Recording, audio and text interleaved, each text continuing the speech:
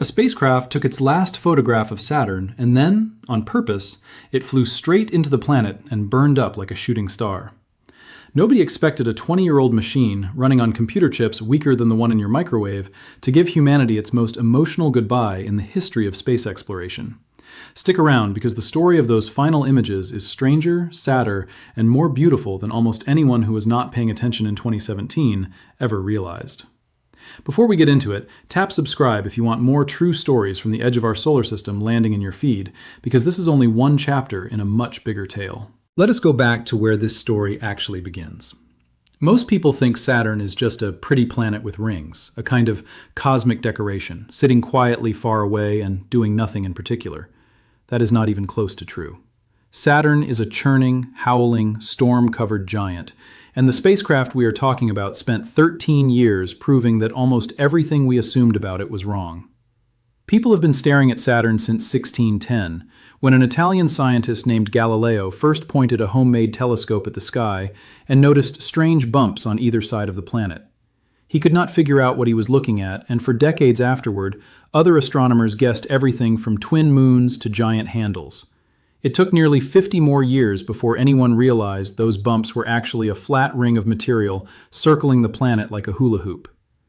Even by the time humans finally sent a robot close enough to look properly, in the form of the Voyager spacecraft flying past in 1980 and 1981, we still only caught a quick glimpse, more like a fast drive-by than a real visit. Voyager gave us a few sharp photographs and then kept going, racing off toward the edge of the solar system with no way to come back. Nobody had ever parked a spacecraft in orbit around Saturn long enough to actually watch it change over time, season by season, year by year. The spacecraft was called Cassini, and it was about the size of a school bus, with a big dish antenna on top like a giant metal umbrella. It launched from Earth in October of 1997, back when flip phones were considered high technology.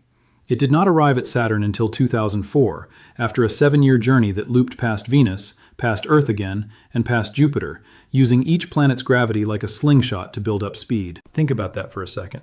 A piece of machinery left our planet, and by the time it reached its destination, an entire generation of children had been born, started school, and were already learning fractions. Cassini was still out there in the dark and the cold, alone, just falling toward a ringed giant nearly 900 million miles from home. That is roughly 10 times the distance between Earth and the Sun, a gap so wide that sunlight itself takes over an hour to cross it. When Cassini was first proposed, many people inside NASA thought it was too expensive, too complicated, and too risky to ever succeed. It was treated like the underdog of the space program, the mission that might get canceled before it ever got the chance to prove itself. Nobody was betting on a machine built in the 1990s to still be sending back jaw-dropping photographs 2 decades later. That underestimation is part of what makes the ending of this story hit so hard. In the early 1990s, some members of the United States Congress even tried to cancel the mission entirely, arguing it cost too much money for what seemed like a distant, uncertain payoff. The final price tag ended up close to $3.9 billion, spread out across nearly 2 decades and more than a dozen countries working together through NASA, the European Space Agency, and the Italian Space Agency. For a machine that almost never got approved, it went on to become one of the most scientifically productive spacecraft ever built. The first surprise came almost immediately after Cassini settled into orbit around Saturn in the summer of 2004. Scientists expected the planet's rings to look like a smooth, simple disk, almost like a record spinning on a turntable. What they actually found was a staggeringly detailed structure, with thousands of separate ringlets, braided strands, and strange clumps that seemed to appear and vanish. It was like expecting a plain sheet of paper and instead finding an entire library packed onto that single page. Carolyn Porco, who led the imaging team for Cassini and worked at the Space Science Institute in Colorado, described the rings as behaving almost like a living, moving system rather than a static object. Under her direction, the camera team captured images showing tiny moons, some no bigger than a mountain, carving paths through the icy ring material like plows moving through snow. That single discovery rewrote textbooks about how planetary rings actually form and survive. Most of those ring particles are made of almost pure water ice, ranging in size from tiny grains smaller than a grain of sugar to boulders as large as a house. Sunlight bounces off them so cleanly that the rings can appear brighter than the planet itself in certain photographs, almost like a diamond necklace draped loosely around a giant. Yet the entire ring system, stretched out over hundreds of thousands of miles, is only about as thick as a football field is long, a flat, thin sheet of ice chips spinning silently in the dark. The second finding changed everything scientists thought they knew about where life might exist in our solar system. In 2005, Cassini flew close to a small, icy moon of Saturn called Enceladus, a moon barely wider than the state of Arizona. Nobody expected much from it. It looked like a plain white snowball, cold and dead, not worth much excitement compared to giant Saturn itself. Instead, the spacecraft's instruments picked up something astonishing. Enceladus was spraying jets of water vapor and ice particles out into space, like a whale exhaling through a blowhole, except this whale was a frozen moon, and the breath was shooting out at hundreds of miles per hour. Underneath that icy shell was a hidden ocean of liquid water, kept warm by heat from the moon's interior, sealed away from the crushing cold of space.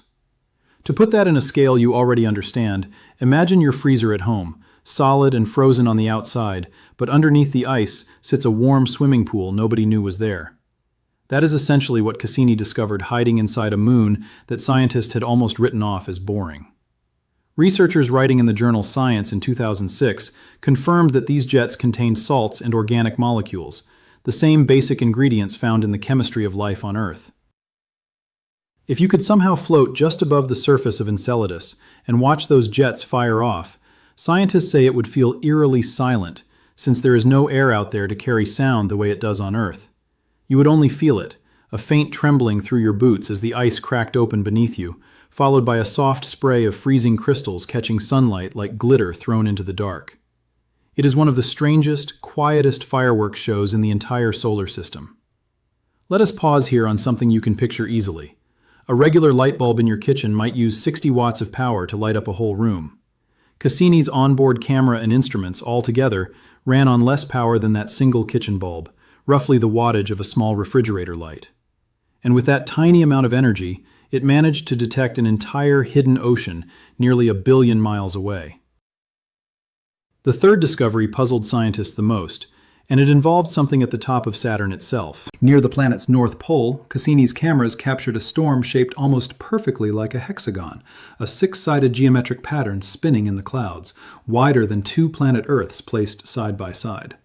Nothing in nature was supposed to look that clean, that mathematical, that deliberate. Scientists expected turbulent, swirling storms with no clear shape, the kind of chaos you would see if you stirred cream into coffee. What they found instead was a jet stream locked into a 6-sided shape that had held its form for decades, based on comparisons to earlier images from the Voyager spacecraft in the early 1980s. It was as if someone had drawn a stop sign in the clouds of a planet, and it simply refused to fade away. Each straight edge of that hexagon is longer than the distance across the entire United States, and the whole shape spins slowly enough that a full rotation takes about 10.5 hours, matching the length of a single day on Saturn. Scientists at Cornell University who studied the storm's structure found that its edges stayed remarkably sharp year after year, instead of smearing out the way clouds usually do when they get stretched by wind. Nobody has ever built a machine on Earth capable of holding a shape that precise for that long, let alone found one occurring naturally in the sky. Do you ever find yourself wondering what strange shapes might be hiding on other worlds we have not looked at closely yet? If a question like that crosses your mind while watching this, leave a comment below and tell me, because your comments genuinely help me decide which mysteries to dig into next. Now let us talk about the sound and feel of this place, because numbers alone do not capture it. Saturn's atmosphere howls with winds that can reach over 1,100 miles per hour, faster than a rifle bullet, tearing across a planet with no solid ground to slow them down. If you could somehow stand near the edge of that hexagon storm, scientists believe the roar would be less like wind and more like a continuous bone-deep rumble, the kind of sound you feel in your chest rather than hear with your ears. Meanwhile, down near the rings themselves, Cassini's instruments picked up something almost the opposite of a roar. A strange, high-pitched hum caused by tiny particles of ice striking the spacecraft's antenna. Engineers turned that data into sound, and it played back like radio static crossed with wind chimes, an eerie kind of music made from frozen dust smaller than grains of sand. It is a sound nobody on Earth had ever heard before Cassini made it audible. Linda Spilker, the project scientist for Cassini at NASA's Jet Propulsion Laboratory, often described the mission as a symphony that took 13 years to play out fully, with each flyby adding another note to the score. Under her guidance, mission planners carefully choreographed hundreds of close passes by Saturn's moons, threading a spacecraft the size of a bus through gaps in the rings only a few thousand miles wide. One wrong calculation could have ended the mission early, and yet it never did. Every command sent to Cassini from Earth took over an hour just to arrive, and any reply took another hour to travel back, which meant nobody on the ground could react in real time if something went wrong. Engineers had to write out every single instruction days or even weeks in advance, then simply trust the spacecraft to carry out its own delicate dance around Saturn without a single human hand on the wheel. It is a little like mailing someone a detailed letter of driving directions and hoping they follow every turn perfectly, except the road is invisible and the car is falling through space at thousands of miles an hour. By 2010, after 6 years of studying Saturn, Cassini had already outlived its original planned mission length, which was supposed to end after just 4 years. NASA extended it once, then extended it again, because the discoveries kept piling up faster than anyone could analyze them. The spacecraft that almost got canceled before launch had become one of the most productive science missions in the agency's history. The fourth major finding took scientists to Titan, Saturn's largest moon, a place bigger than the planet Mercury and wrapped in a thick, hazy orange atmosphere.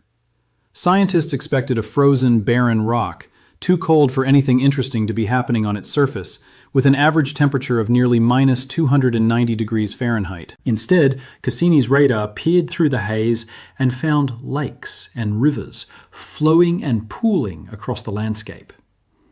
These were not lakes of water, because water freezes solid at that temperature. These were lakes of liquid methane and ethane, the same chemicals that come out of a stove burner as gas here on Earth. Except on Titan, they exist as cold liquid, filling basins the size of the Great Lakes back home. It rains there too, slow, gentle drizzles of liquid natural gas falling from orange clouds onto a landscape of ice as hard as granite. Titan even has something close to a full weather cycle, similar to the one we have on Earth, except every part of it is built from different ingredients. Methane evaporates from the lakes, rises up to form clouds, falls back down as rain, and carves winding river channels into the icy ground before pooling into lakes again, over and over, season after season. It is the only other place we have ever found in our solar system with rivers, rain, and lakes actively flowing across its surface right now. Picture your kitchen stove for a second, the blue gas flame that heats your dinner every night. Now imagine that exact same substance, methane, existing instead as a cold liquid filling entire lakes on a moon 900 million miles away. That contrast, something as familiar as your stovetop transformed into an alien sea, is exactly the kind of scale jump that made Titan one of the strangest places Cassini ever studied. In January of 2005, Cassini released a smaller probe called Huygens, built by the European Space Agency, which parachuted down through Titan's thick atmosphere and actually landed on its surface.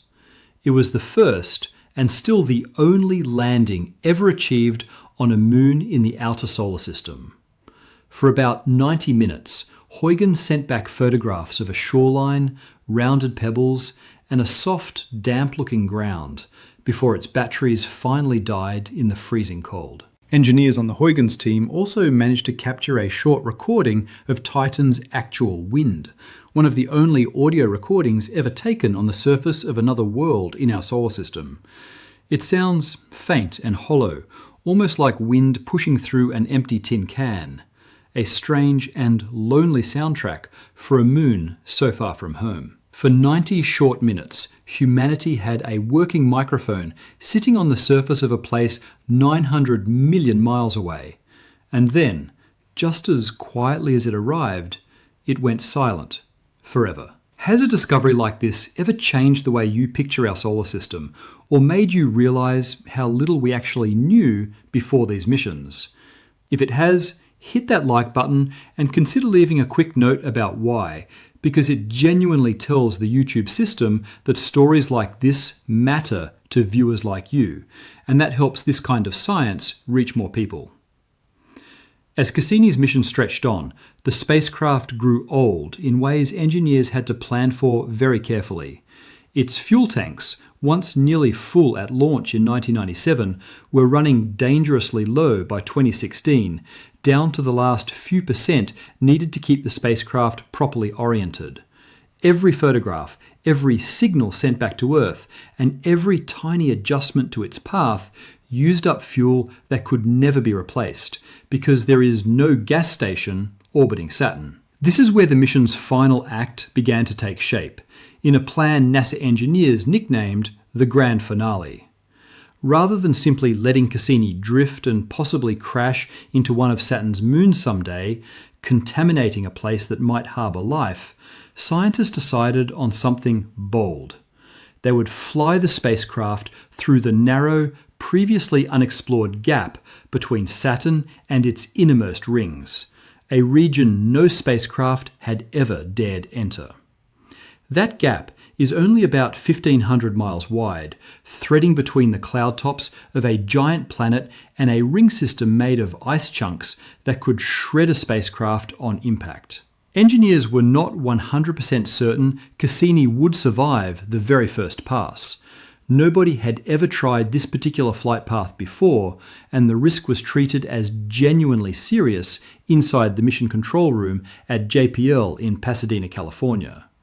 Scientists will tell you they did not fully understand what Cassini would encounter in that gap before it actually got there. Some models predicted the region would be thick with ring particles capable of damaging the spacecraft's delicate instruments on the very first pass. Others suggested the gap might be nearly empty, swept clean by Saturn's gravity over millions of years. The truth turned out to be closer to the second guess, but nobody could say that for certain in advance. And even now, some of the fine details of what fills that gap remain actively debated among planetary scientists. Even the exact age of Saturn's rings, something you might assume scientists had already settled long ago, is still not fully agreed upon. Some researchers argue the rings formed billions of years ago alongside the planet itself, while others, using Cassini's own gravity measurements, argue they are startlingly young, perhaps forming from a shattered comet or moon only tens of millions of years back. Both groups are looking at the exact same data from the exact same spacecraft, and they still cannot fully agree, which tells you how much more there still is to learn even after a mission this thorough. Between April and September of 2017, Cassini completed 22 of these daring dives through the gap, each one bringing back data no human instrument had ever collected before. Researchers publishing later in the journal Science described finding an unexpected rain of material falling from the rings directly into Saturn's atmosphere, a slow but steady transfer of matter that surprised almost everyone studying the numbers. It suggested the rings themselves might be younger and shorter-lived than scientists had assumed for decades. Scientists calculated that Saturn's rings are losing material at a rate equal to filling an Olympic-sized swimming pool roughly every half hour, material raining down into the planet's clouds and simply disappearing forever. That sounds slow on a human timescale, but stretched out across millions of years, it means the rings we see today, the very ones photographed in Cassini's final images, will not last forever. Some researchers estimate the rings could vanish entirely within the next 100 million years, a blink of an eye compared to the 4.5 billion year age of the solar system itself. Do you think a ring system that might eventually disappear changes how special it is to have seen photographs of it at all? I would genuinely love to know your thoughts, so drop a comment down below, because hearing what surprises you helps me shape which cosmic mysteries we explore together next. As the fuel gauge crept toward empty in the summer of 2017, mission planners at NASA and JPL scheduled the spacecraft's final activity with almost heartbreaking precision. On September 14, 2017, Cassini's cameras were pointed towards Saturn one last time, capturing a series of images of the giant planet's clouds and the thin, ghostly outline of its rings stretching into darkness. These pictures were not scientifically necessary for the mission's primary goals. The team simply wanted one final, deliberate look, almost like taking a photograph before saying goodbye to an old friend's house before it gets sold. Then, in the very early hours of September 15, 2017, at exactly 7:55 in the morning Eastern Time, Cassini's radio signal reached Earth for the last time. The spacecraft had already begun its final plunge into Saturn's upper atmosphere nearly 90 minutes earlier, since that is how long it takes light and radio signals to travel across nearly 1 billion miles. Cassini was already gone by the time its last message finished arriving. As it entered the thickening atmosphere, Cassini's small thrusters fired continuously, fighting to keep its antenna pointed at Earth so it could keep transmitting data for as long as possible. Engineers had calculated that the spacecraft would only survive about 1 to 2 minutes inside the atmosphere before the thickening gas overwhelmed its thrusters and it began to tumble, breaking apart from the heat and pressure like a meteor burning up on entry. In that final minute, it was still working, still measuring, still sending its findings home. Picture standing in your bathroom, flipping the light switch, and knowing the bulb has exactly 1 more second of light left before it burns out forever. That is roughly the emotional weight engineers describe feeling as they watched Cassini's signal, that final flicker of data crossing nearly 1 billion miles of empty space right before it simply stopped. Inside Mission Control, some engineers who had worked on this spacecraft since the 1990s were seen crying, applauding, and hugging each other, all at the same time. Earl Mays, who served as Cassini's program manager at NASA's Jet Propulsion Laboratory, stood at the front of the control room that morning and formally announced the end of the mission to the assembled team, calling it a fitting final chapter for a spacecraft that had exceeded every expectation placed on it. Many of the engineers in that room had joined the project fresh out of college in the late 1990s and were now, 20 years later, watching their entire early career quite literally burn up in the sky of a planet nearly 1 billion miles away. Linda Spilker later said the moment felt less like watching a machine end its job and more like saying goodbye to a member of the family who had lived alongside the team for 20 years. Carolyn Porco, reflecting afterward on the imaging team's work, noted that the very last photographs Cassini managed to send back captured the location on Saturn's cloud tops where the spacecraft itself was about to disappear forever, a strange and almost poetic detail that nobody had specifically planned. Would you take a moment to share this story with someone who loves space, science, or just a genuinely emotional true story? Because sharing helps a story like this reach people who might never have heard how it ended otherwise. Some people watching this might know someone who worked on missions like this, or who simply needs a reminder that machines built by ordinary people can do extraordinary things. The reason NASA chose to destroy Cassini on purpose, rather than simply let it drift, comes back to that hidden ocean inside Enceladus and the strange lakes on Titan. If Cassini had eventually run out of fuel and lost control, there was a small but real chance it could have crashed into one of those moons, carrying microbes from Earth that might have survived the trip.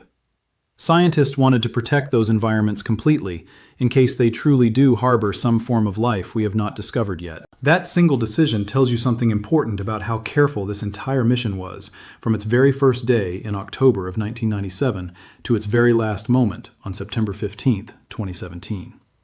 Nearly 20 years, covering roughly 450,000 images captured, over 400 million miles traveled just within the Saturn system alone, and thousands of scientific papers published as a direct result, all guided by a team that cared as much about protecting the unknown as they did about discovering it.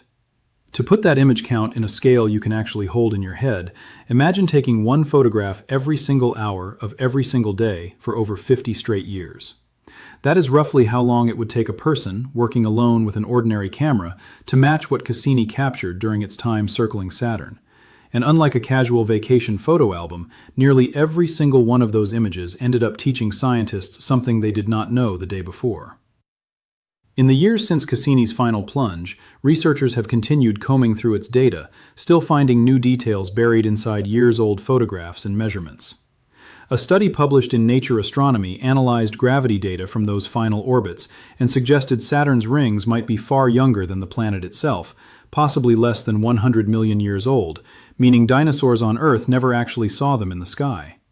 Saturn, in other words, may have looked completely different billions of years ago, ringless and plain, long before the version we now recognize ever existed. That single idea quietly rewrites something almost everyone assumes about the solar system, the notion that planets and their features have simply always looked the way we see them today. Cassini's final images and final data suggest instead that the universe is constantly changing, slowly rearranging itself over spans of time so vast that human history barely registers as a passing moment. Cassini's discoveries did not simply end when the spacecraft did. Because it found a hidden ocean inside Enceladus, NASA is now building a mission called Europa Clipper, currently on its way to a different icy moon, this time orbiting Jupiter, specifically to search for the same kind of hidden water. Because Cassini and Huygens revealed rivers and lakes on Titan, a new mission named Dragonfly, a drone sized like a small car, is being built right now to actually fly through Titan's thick orange skies sometime in the early 2030s. Every future robot exploring an icy moon in our solar system is, in some quiet way, walking a path that Cassini cleared first. A spacecraft that almost got canceled before it even launched ended up teaching us that a distant icy moon might be hiding an ocean warm enough for life, that a giant planet might be losing its most famous feature over time, and that sometimes the most meaningful ending is the one you choose deliberately, on your own terms, protecting something fragile rather than simply fading away. What once felt like a quiet, unglamorous mission became the moment that reshaped how an entire generation understood our place among the planets. That final photograph Cassini ever took, a soft, pale image of Saturn's clouds, with the faint line of its rings curving into shadow, now hangs in NASA's public archive for anyone to view for free. Millions of people have looked at it since 2017, most of them never knowing the full story of the spacecraft that captured it, or the ocean, the storms, the lakes, and the 20 years of quiet, patient work that came before that single final click of the camera. Think about how strange that is. A machine smaller than a school bus, running on less electricity than the appliances humming quietly in your kitchen right now, traveled nearly 1 billion miles to answer questions nobody at the start of the mission even knew how to ask. It found an ocean where scientists expected only ice. It found lakes where scientists expected only frozen rock. It found rings that behave like a slowly emptying hourglass instead of a permanent decoration frozen in time forever. We all carry a version of Cassini's story without even realizing it, the idea that something small, doubted, and underestimated can still end up rewriting what an entire generation understands about the universe around them. The spacecraft that almost never launched is now the reason we know oceans can hide inside frozen moons, that rings might not last forever, and that some goodbyes are worth choosing carefully rather than letting them simply happen. Somewhere above us tonight, the faint light we see from Saturn left that planet over an hour ago, meaning we are always looking slightly into its past whenever we glance up. Cassini spent 13 years living inside that light, closer to it than any human eye ever has, and its very last act was choosing to disappear into the very planet it had spent 2 decades quietly falling in love with. That is the kind of ending worth carrying with you long after the video ends.